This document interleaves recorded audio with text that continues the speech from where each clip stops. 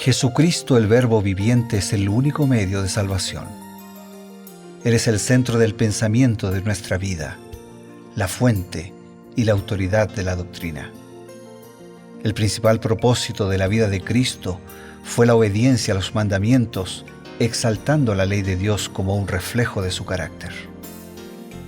El principal mensaje a ser predicado en el mundo, basado en Apocalipsis 14, está representado por 3 ángeles llevando el Evangelio eterno al mundo entero. Este mensaje se basa en los encantos inigualables de Cristo y declara que la hora del juicio ha llegado y llama a obedecer los mandamientos de Dios. Mediante su palabra, Dios ha comunicado a los hombres el conocimiento necesario para la salvación. Las Santas Escrituras deben ser aceptadas como dotadas de autoridad absoluta y como revelación infalible de su voluntad. Y aunque el canon de las Escrituras inspiradas está cerrado, el Espíritu Santo continúa iluminando, amonestando y confortando al pueblo de Dios a través del testimonio de Jesús, el Espíritu de profecía. El camino a la vida se traza a través de un camino angosto que debe ser recorrido con confianza a las promesas que Dios dejó a hombres y mujeres fieles que dedicaron sus vidas hasta la muerte por el Evangelio eterno. Los fundadores de la Iglesia soñaron con el día en que la revelación sería una realidad en sus vidas. Miraron con los ojos de la fe a aquel día glorioso cuando finalmente la promesa sería cumplida en la venida magistral de Jesucristo a esta tierra para recompensar a cada uno según sea su obra.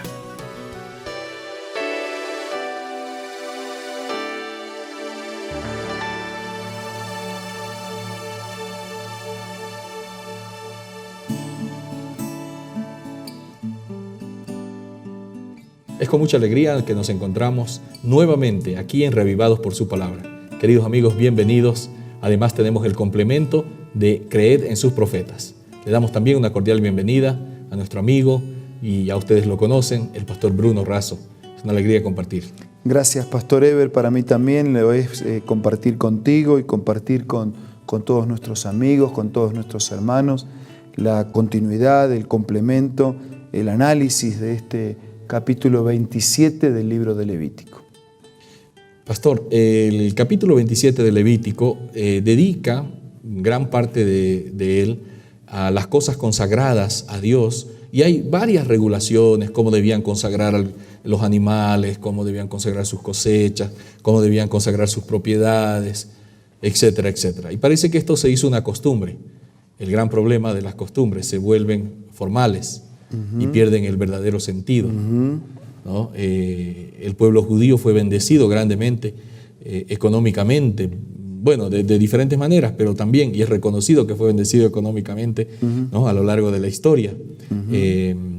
Aquí hay un detalle: muchos en Israel hacían ostentación y hacían una pompa al dedicar sus casas, sus propiedades a Dios, pero aparentemente eso era solo por orgullo, mientras descuidaban sus deberes para con la casa de Dios.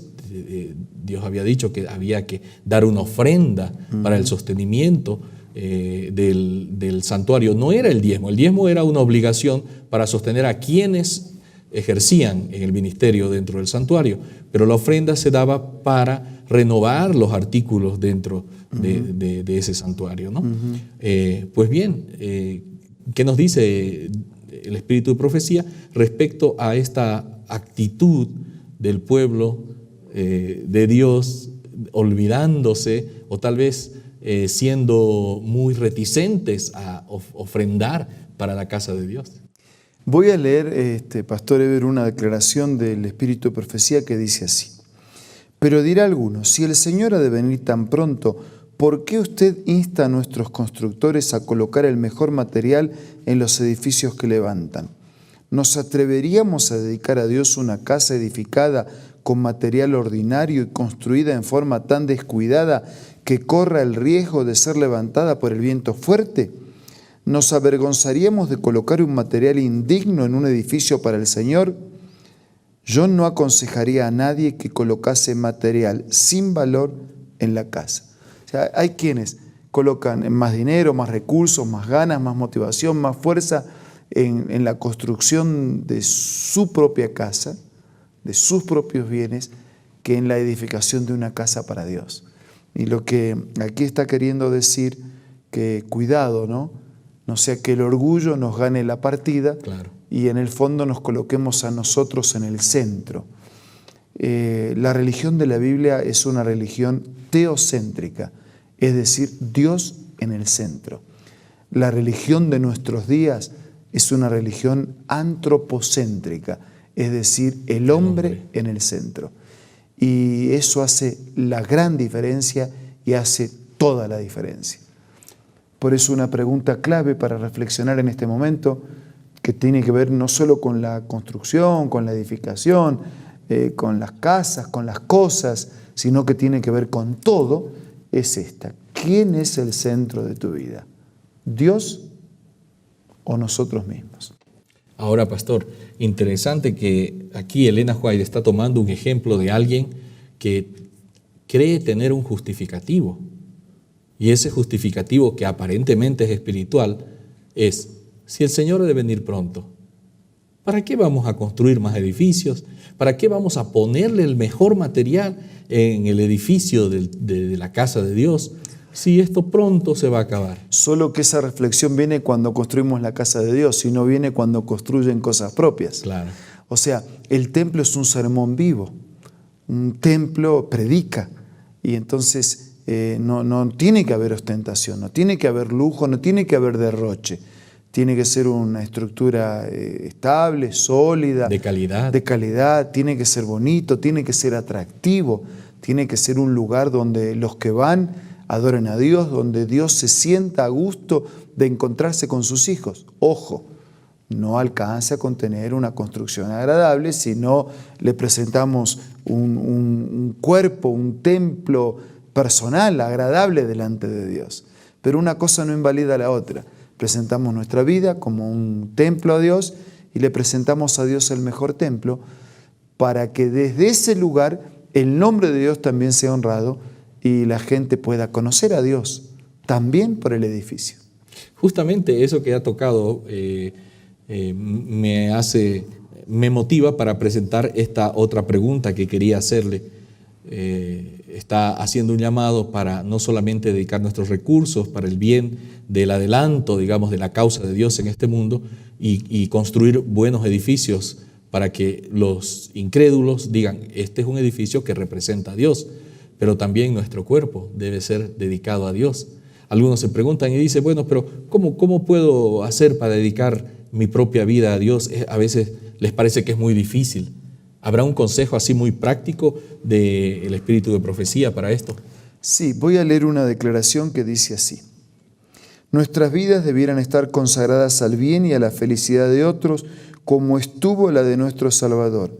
Debiéramos olvidarnos del yo, buscando siempre oportunidades, aún en las cosas pequeñas, para mostrar gratitud por los favores que hemos recibido de otros, y estando atentos para ver oportunidades de alegrar a otros, aligerar y aliviar sus tristezas y cargas mediante actos de tierna bondad y pequeños actos de amor.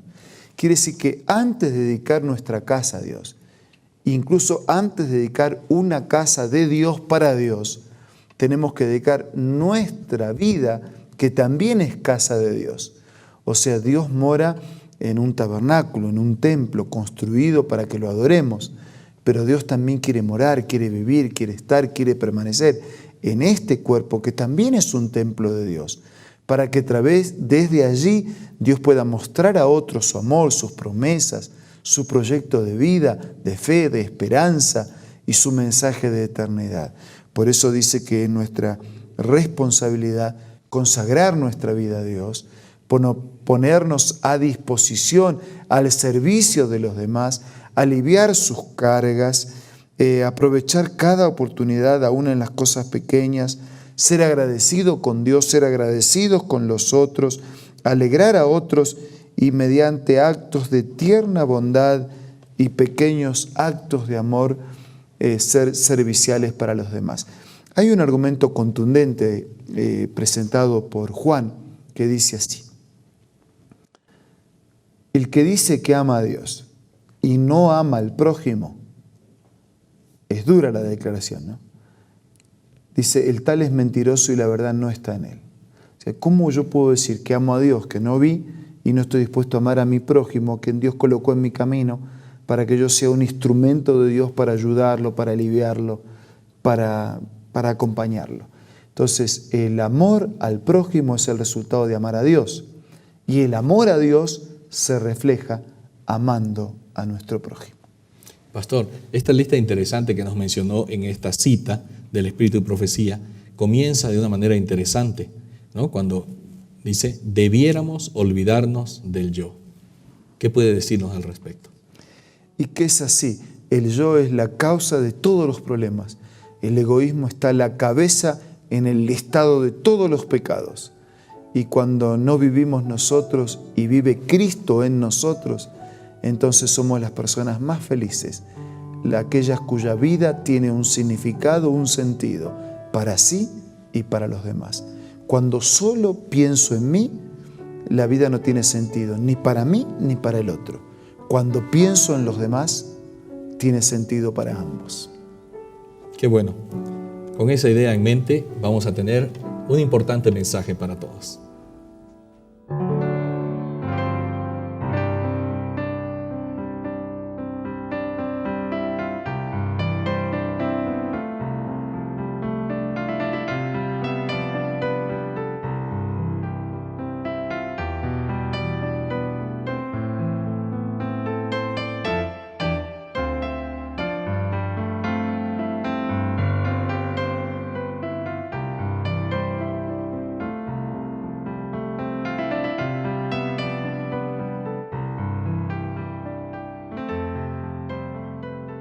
¿Qué tal? ¿Estás enamorando? ¿Estás con pareja? Pues escucha la cita que tengo para el día de hoy. El casamiento es algo que afectará vuestra vida en este mundo y en el venidero. Una persona que sea sinceramente cristiana no hará progresar sus planes en esa dirección sin saber si Dios aprueba su conducta. No querrá elegir por su cuenta, sino que reconocerá que a Dios incumbe decidir por ella. Si hay un tema que debiera considerarse con mente serena y juicio desapasionado, es el tema del matrimonio. Si alguna vez la Biblia es necesaria como consejera, es antes de tomar un paso que unirá a dos personas por toda la vida. ¿Qué tal? Interesante, ¿verdad? Esta cita tú puedes encontrar en este libro maravilloso, Carta para Jóvenes Enamorados, escrito por Ellen G. de White, una autora conocida mundialmente. Te invito a que tú puedas adquirir este material y que no se pierda de tu biblioteca personal, o si te gustan la tecnología, puedes descargar la aplicación Ellen G. de White del App Store o del Play Store.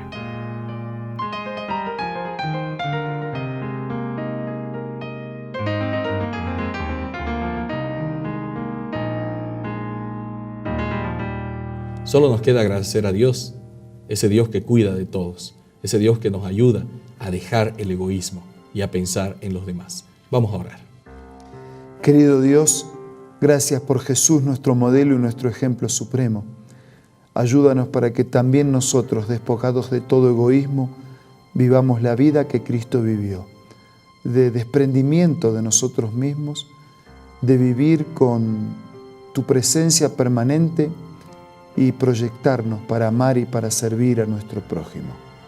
Te ruego que abraces fuertemente a todos nuestros amigos y hermanos, en sus luchas, en sus necesidades, sus privaciones, y que tú puedas guiar la vida de cada uno y de todos.